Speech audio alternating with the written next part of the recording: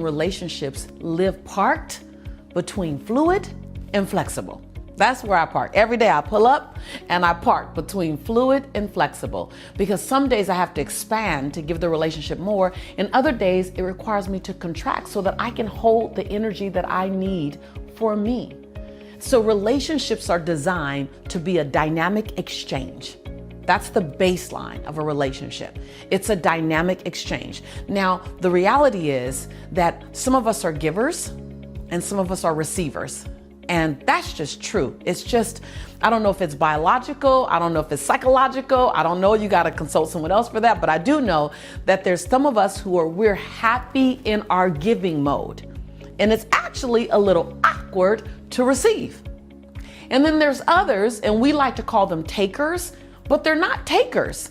They're receivers, because a receiver doesn't have to take, because if a receiver gets with the giver, all you got to do is be present and available to receive.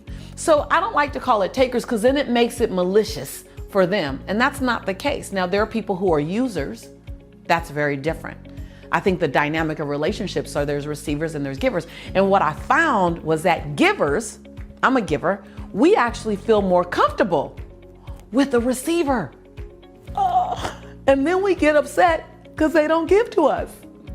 Like, cray cray. We actually seek out, and I say we seek out receivers. We love our givers in our space, but that almost pushes our buttons a bit, because then we have to learn how to receive when we're with another giver. I honestly think everybody is a giver. Everybody's a giver. Humans are built to serve. You know how great it feels to serve people. It's why I wrote the book, Built to Serve, because serving others, helping others, giving to others hits the same part of your brain as having food and having sex. We are literally hardwired as a species to give, to serve, to help, to be connected. And if you are not happy right now in your life, chances are it's because you're not giving. You're not serving. You feel like nothing that you do matters, that you're not showing up for anybody, that you don't mean anything to other people. You haven't given in the past day, week, month, year, decade, right? You feel insignificant.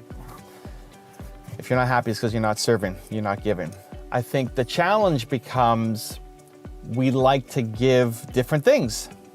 Some people like to give affection, some people like to give gifts, some people like to give experiences, some people like to give money, some people like to give their time.